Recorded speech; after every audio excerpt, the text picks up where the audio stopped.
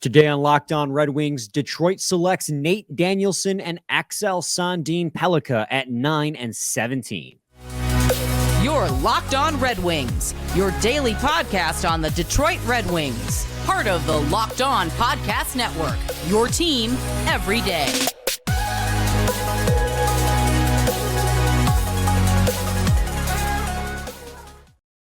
Welcome back to the Locked On Red Wings podcast. We are your hosts, Brian Fisher and Scotty Bentley. I'm a podcast producer for the daily JAWWJ News Radio podcast, while Scotty's a host over at Locked On Tigers, as well as a freelance journalist for the Detroit News. And today's episode is brought to you by eBay Motors. A championship team is about each player being a perfect fit. Same with your vehicle. So for the parts that fit, head to eBay Motors and look for the green check. Stay in the game with eBay Guaranteed Fit, ebaymotors.com. Let's ride. eBay Guaranteed Fit, only available to U.S. customers. Eligible items only. Exclusions apply. That is a long title sponsor. Let's ride. Let's ride. So, Scotty, yes, big news today. I'm sure everyone listening to this already knows, but the Red Wings take center Nate Danielson at 9 and take defenseman Axel Sandin Pellikka at number 17. Off rip, man. Let's just start with number 9. Let's stay chronological. What was your first reaction? I mean, we were sitting right next to each other. I was going to say, I think you know mine. Share your reaction with the people as to what your reaction was of Nate Danielson. Yeah, man. I think that this was two things. One, I think we should stop trying to predict Steve Yzerman drafts. I think it's a lost cause. I don't think there's any point in doing it. And I think that this was just like the most Steve Yzerman pick like possible, right? Like, and that doesn't mean bad, obviously, right? His draft record so far since becoming the GM of the Wings is pretty solid. Like, it doesn't mean it's a bad thing. It just means off the board and with no regard for what the national media's boards are. Zero regard, right? Like, he has his own board, and I always do. Right. And so that had Nate Danielson ahead of guys like Oliver Moore, who apparently was kind of low on a lot of people's boards due to him. You know, he fell pretty far. I'm sure we'll talk about that later. But yeah, who did he go to, Scotty? Yeah, I know. I'm actually really upset about it because now I have to root against him. I have to hate him, and I didn't want to. But he went to the one team where I kind of have to. But regardless, like, that's my point, is just that, like, this was my initial reaction. We'll get into him as a player and whatnot, but initial reaction was just like, yeah, that's Steve. Like, that makes a lot of sense, dog. Like, that's about right. I mean, when you follow the logic of it, it all checks out, right? Like, the Red Wings desperately needed, we talked about it, the Red Wings center depth is 4 players deep. And I'm not talking about the Detroit Red Wings, I'm talking organizationally. Their organizational depth is essentially 4 centers deep. If you're looking at true NHL caliber talent here and possibly in the future, they had to add a center. We wanted Oliver Moore, but they went with Nate Danielson. You know, what's funny is the Locked On NHL mock draft, Nate Danielson didn't even go in the first round. Yeah. But that is a clerical error. Essentially, he is a first round talent without a doubt. Just for some reason, he got overlooked. There was one overlooked last year in Locked On NHL mock draft by us and the host. But Nate Danielson, I would have thought would have been there at 17. And that was my thing with it. I mean, I remember we were sitting there and we were thinking to ourselves, like, oh my God, with the defenseman Reinbacher and Simashev going back to back in the top 10, which was shocking in and of itself. We were like, that means Zach Benson, Dalibor Dvorsky, Ryan Leonard, because we were talking, I think it was right before Washington picked. Ryan we had this conversation as they were like, the pick is in for Washington. Yeah, we were like Axel Sandin Pellikka, Oliver Moore, like all the guys that like are highest on our board that we wanted are going to be there. And then they went off the board with Nate Danielson. And yeah, I think it is a little bit of a reach, but that's like you said, Steve Yzerman special. It was a little bit of a reach with Casper last year. It was a reach with Moritz Seider. Some would argue it was a little bit of a reach with Simon Evanson over William Eklund in his draft. Yzerman, like you said, there's no point in trying to predict a Steve Yzerman draft. I'm not super in love with the pick. I wasn't super in love with Marco Casper last year either. And then as the year went on, it was like, oh, wow, like Marco Casper's really good and he's going to be an NHL caliber player sooner rather than later. So I'm not judging the pick yet, because I do think, like I said, he fits a lot. He checks a lot of boxes. His ceiling is 2C. He's 6'2", 187 pounds. He's going to put on more weight. He's big. He plays a two-way game. Like, this is a guy who's going to come in and he is going to be an effective center down the middle for the Detroit Red Wings, and they desperately needed that. So I do still like the pick, but I will say it didn't blow me away. Yeah, and I think a lot of people are kind of on that train, just in this, when that name is read, nobody's like jumping around their like living room, like freaking out about the value or anything, but that doesn't mean that he can't be a darn good player. I really like the fit for the organization, to be honest with you. I mean, it's like you said, I mean, they definitely talked about it on the broadcast as well, the little that we got to hear of it at the draft party, but that was something that they cited as well, was just like the skating he tends on offense. Like, he tends to skate to the outside, and he has been effective point totals, whatever. The biggest thing for me was how good he made his teammates. That was like a really, really like leader important and highly cited thing as well. Like, that was one of the first things that Yzerman talked about. Like, this is a guy who really elevated the play of every single person that played with him. And while the point total, again, like, the point totals are good, that they're not anything that's bad, but when, like, there was a lot of dudes in the top 5 in this draft that were averaging, like, obviously when you compare his point totals to like Bedard and Carlson, you're like, all right.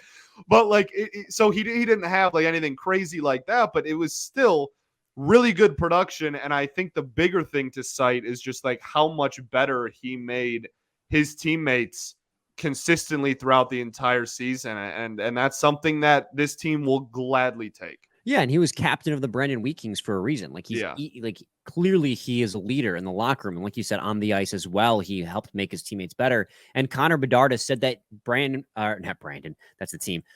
Nate Danielson, it was one of the toughest players that he had to play against because of the way he plays hockey. Like, this is a guy who's gonna make any team, any line he's on, better.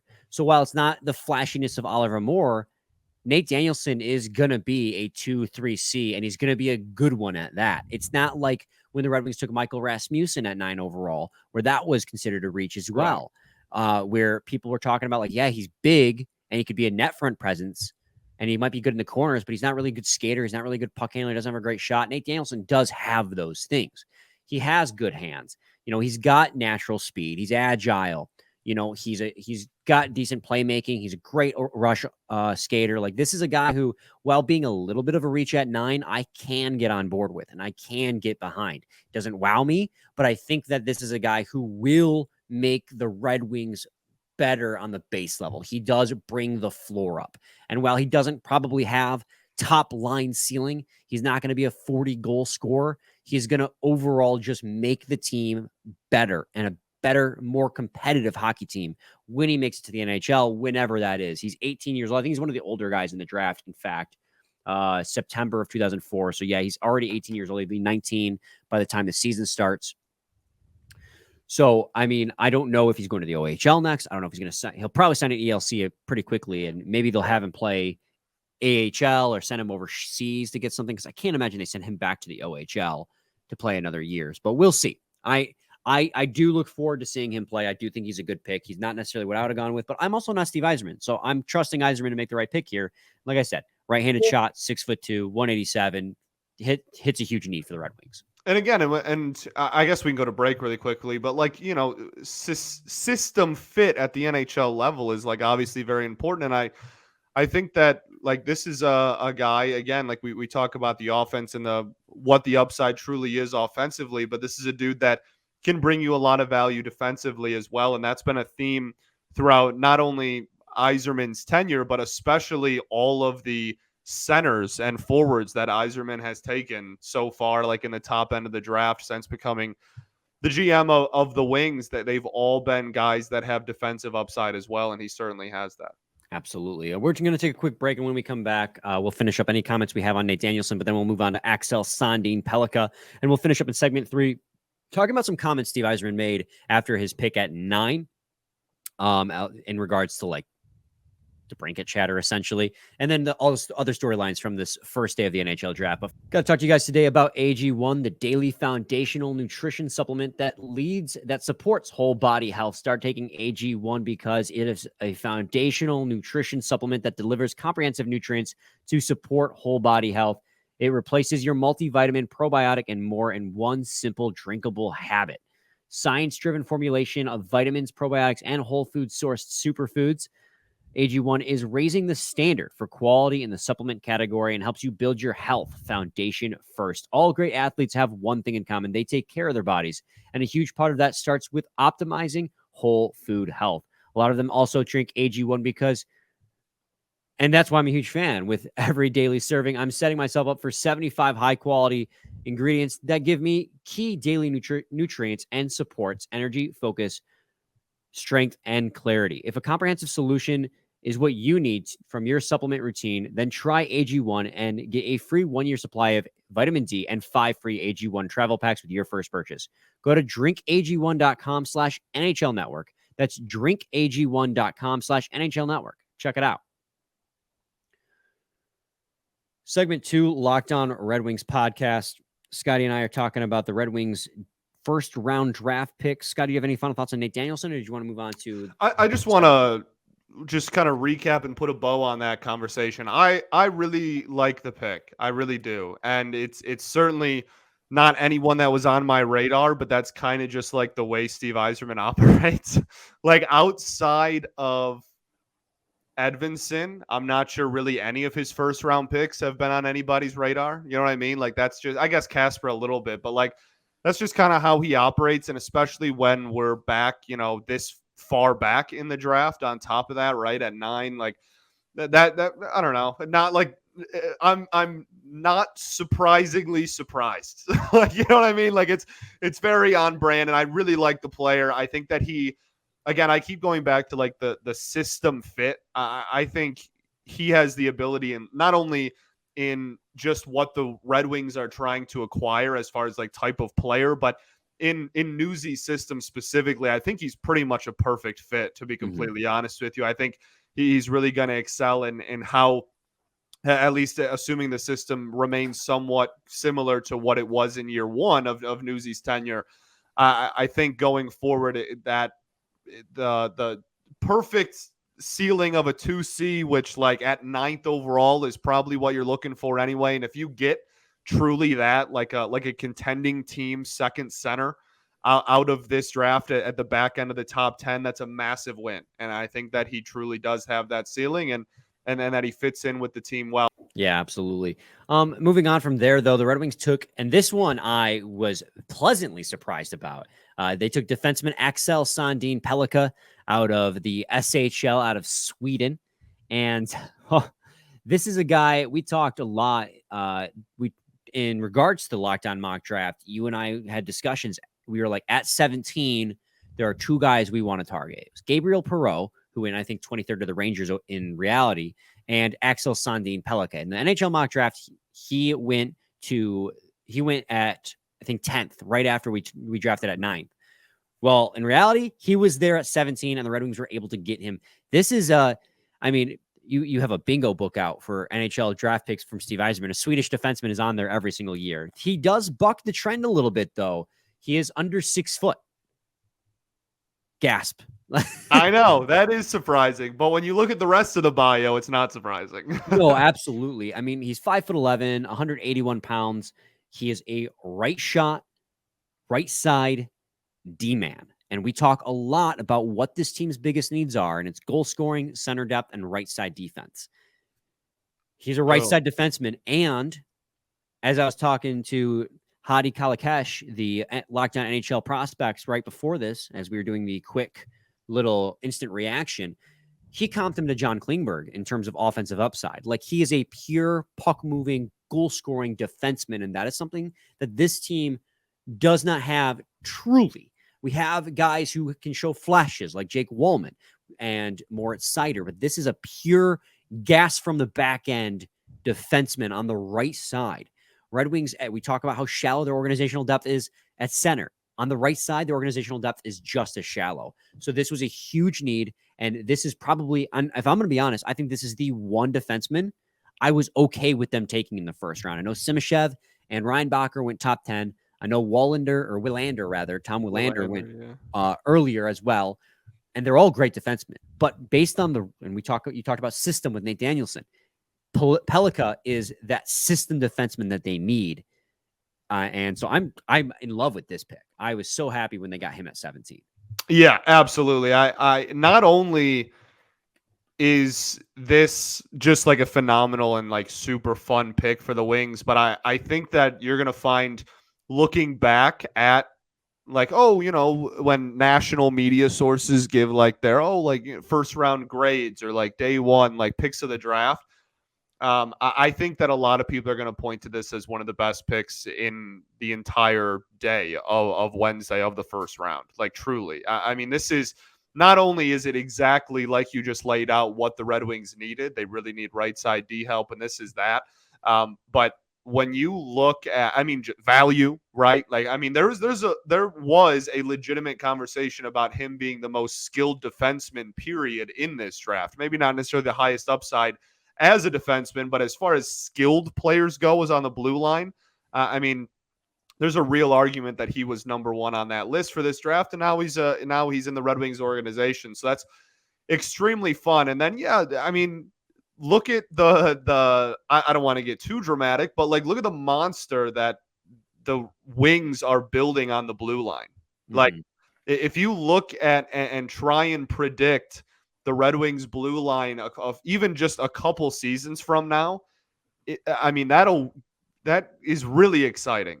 It's really, like the really exciting. Obviously, we're already seeing like Seider, and then Edvinsson will kind of have his first full season, we're assuming, this fall, but like the resurgence of Wallman certainly adds to that as well. But then you have, like, even outside of just this pick today, you're adding it to an already loaded defensive prospect pool. And this one fits better because he actually can slot in somewhere in the lineup without having to kick someone out because he's on the right side. Yeah, like, I'm trying to go down the Red Wings depth chart right now and figure out who the next highest, according to Elite Prospects is at least, next highest right shot defenseman in their system. And according to Elite Prospects, it's Wyatt Newpower, who's 6'3", 207 pounds. And he wasn't even a draft pick. He was signed by the Red Wings. That's the next highest, because I'm not counting Gustav Lindstrom or anything, because he's more likely to walk. You have Seider, and then you have nobody. Like, this was just a huge spot of need, and they've been drafting so many like defensive defensemen over the past few years that I'm okay with them going out there and be like, okay, now we're going to get a guy who can hopefully replace and maybe exceed Philip Hronek's offense. That's this guy. And it's just, this is a pick I'm in love with. I think. Yeah, me too. Think of the blue line going forward, man. Like, top line, Seider obviously is going to be on the right of the top line, but like Seider and whatever, you want to put Edvinsson there, you want Edvinsson there, you want to put Wallman there, whatever your plans for the future is fine. Then second pairing, like the fact that this team legitimately could go from in the same game, go from Seider to now Pellikka is an unbelievably exciting prospect to think about. Yeah, I'm pumped about it. Scotty, we can take another quick break, and when we come back, if you want, we can wrap up this conversation if you have anything left to say. I've pretty much said my piece twice now because I've done the instant reactions too. We'll give our overall thoughts. We'll talk about what didn't happen that we wanted to happen. Could still happen. Don't give up hope yet. And then just other storylines in the NHL. Segment 3, Locked On Red Wings podcast. Scotty and I are breaking down day one of the NHL draft. Red Wings picked Nate Danielson at 9, center, and they took defenseman Axel Sandin Pellikka at number 17. And I guess overall, quick reaction, instant reaction, how would you grade day one of the draft? I guess that's the best way of summarizing. For the Wings? Yeah. I guess an A-. See, I was going to go like B+ because I think Nate Danielson's like a B for me. What's he's Pellikka? A. So there you go. That's right around a 90. So A minus, B I mean, plus. we're splitting hairs. Doesn't matter. Like Nate Danielson again. I'm not trying to. I like the pick. He's not No, the it's guy I always would a have question gone of with. value with pretty much Yeah. every Yzerman pick. Like, if But- if you can convince everybody that Danielson was your guy and he was going to go off the board in the next few picks, then no one's going to have a problem with it. But if there was any ability to trade back, who knows what the market looked like? We're not in that room, obviously, but We've also value, learned. yeah, we've also value learned is not really to the only doubt. question with Danielson. When it comes to draft day one, we've learned not to doubt Steve Yzerman either. So I'm giving him a Right. huge benefit of the doubt because his drafting ability and his scouting team is top notch. For sure. Pellikka rather, A plus, A plus plus plus plus. I love that. Absolutely. That's like one of the two guys I absolutely wanted if they were there at 17. So I'm super hyped about that. Scotty, Steve Yzerman did say something after the 9th overall pick that kind of did not sit well with me, though. He said, and this is a tweet from Jeff Rieger from 97.1. He quoted him as having said, "We're still in rebuilding phase. We're still in a collecting assets through the draft. We're still there. We're not at a point where it feels like, hey, we can really start to go for it, so to speak. We're progressing, and I hope to be there sooner rather than later." I mean, it does. Hearing that does disappoint me because a big thing that we wanted to happen today was the trade for Alex DeBrincat. And there were tons of rumors flying around that it seemed likely that he was going to land with the Detroit Red Wings. And here we are at the end of day one, and it did not happen. Though, with 3 second-round picks and 2 first-round picks next year, doesn't mean it can't happen on day 2. But for it to not happen and then hear that quote, it is a little bit demoralizing. And we've given Steve Yzerman carte blanche in this town. Like, we've given him basically benefit of the doubt on every single move. I don't think he's made many moves that is like actually the Ben Sherratt contract is like the only contract you and I are like, what is he thinking? So far in his tenure, everything else is like a wash at the very least. Like, didn't hurt the team long run. But at a certain point, right? Like, it's okay to start wondering, like, when is it okay to take this step forward? I know he's trying to be patient. I know, and I get when he says like it's the core's not there yet. But at some point, you got to start taking swings. And to hear that quote, that we're still in the collecting of assets phase after 4 years completed, going into the 5th year, it does take a little bit of the wind out of your sails. And I think it's okay to say that. Yeah. I agree. I also think Steve Yzerman's a liar. That too. Like, and not in a derogatory sense, even just in like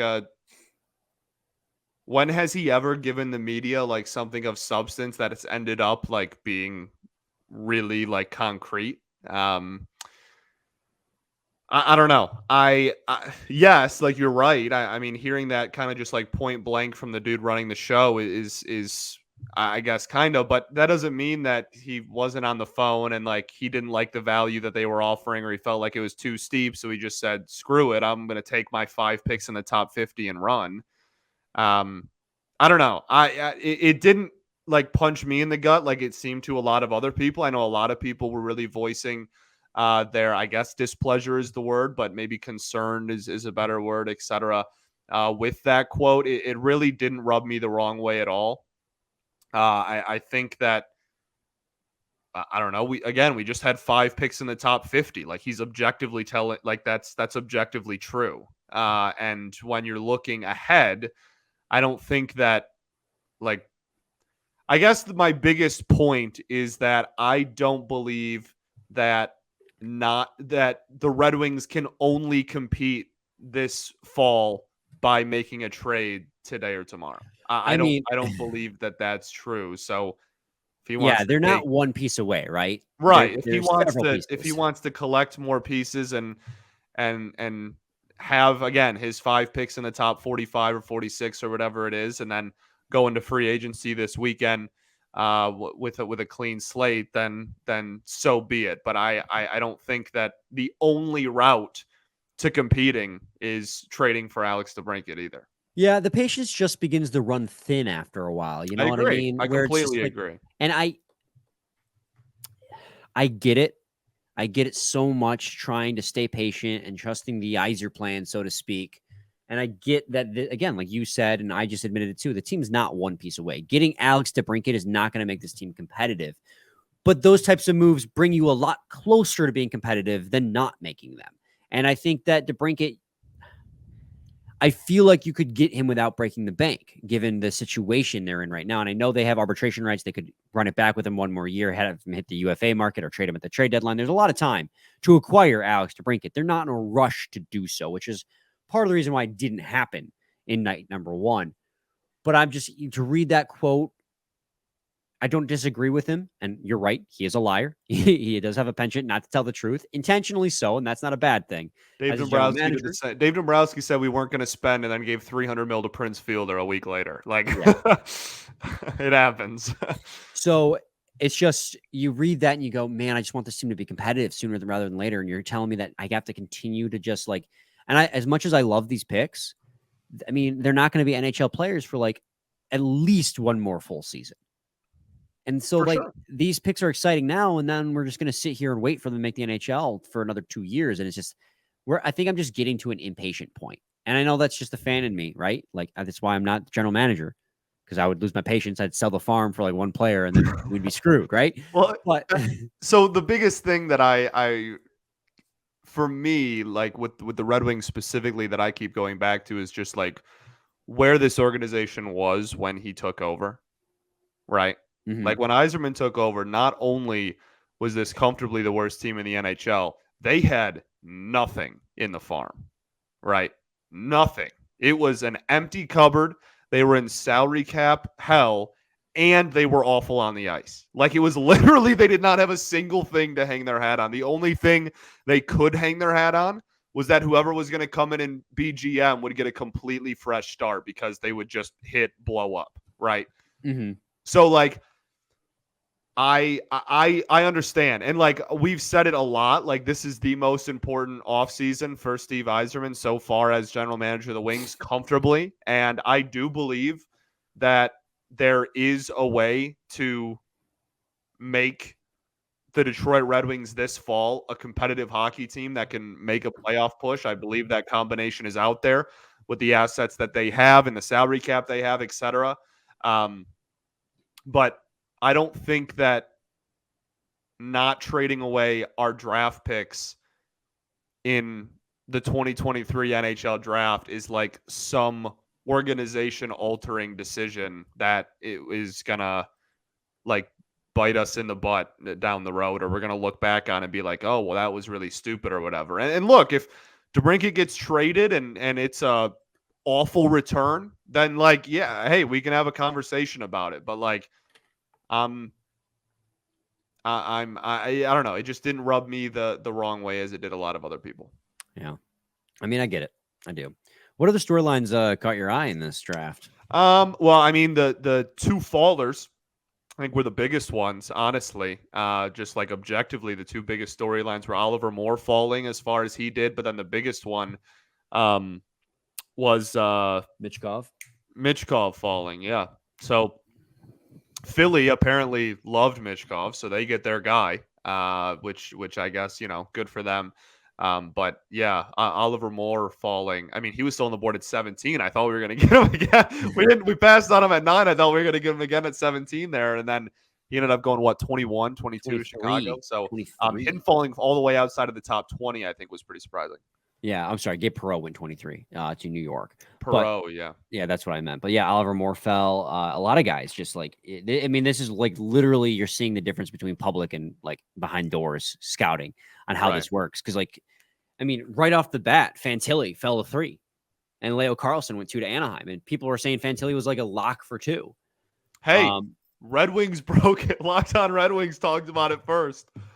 I just want to point that out there. We did. Was it on Monday's show? Maybe it was last Friday's. I did. I was like, hey, did you see that like little like rumblings about Carlson going 2? And we both admitted, we were like, yeah, we think it's BS and that it's just a smokescreen to take Fantilli. But we did talk about that technically for like 30 seconds relatively recently. Yeah. So, I mean, the Michkov thing caught me off guard too, because I thought for sure the fear of him falling was just smoke.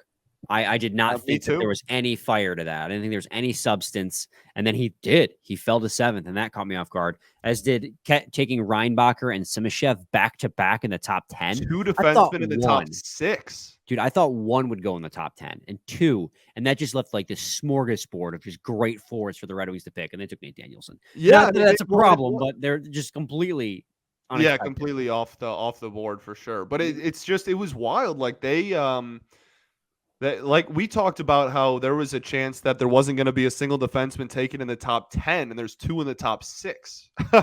You know what I mean? Like that was certainly a surprise. And then, obviously Wings reap the benefits of that.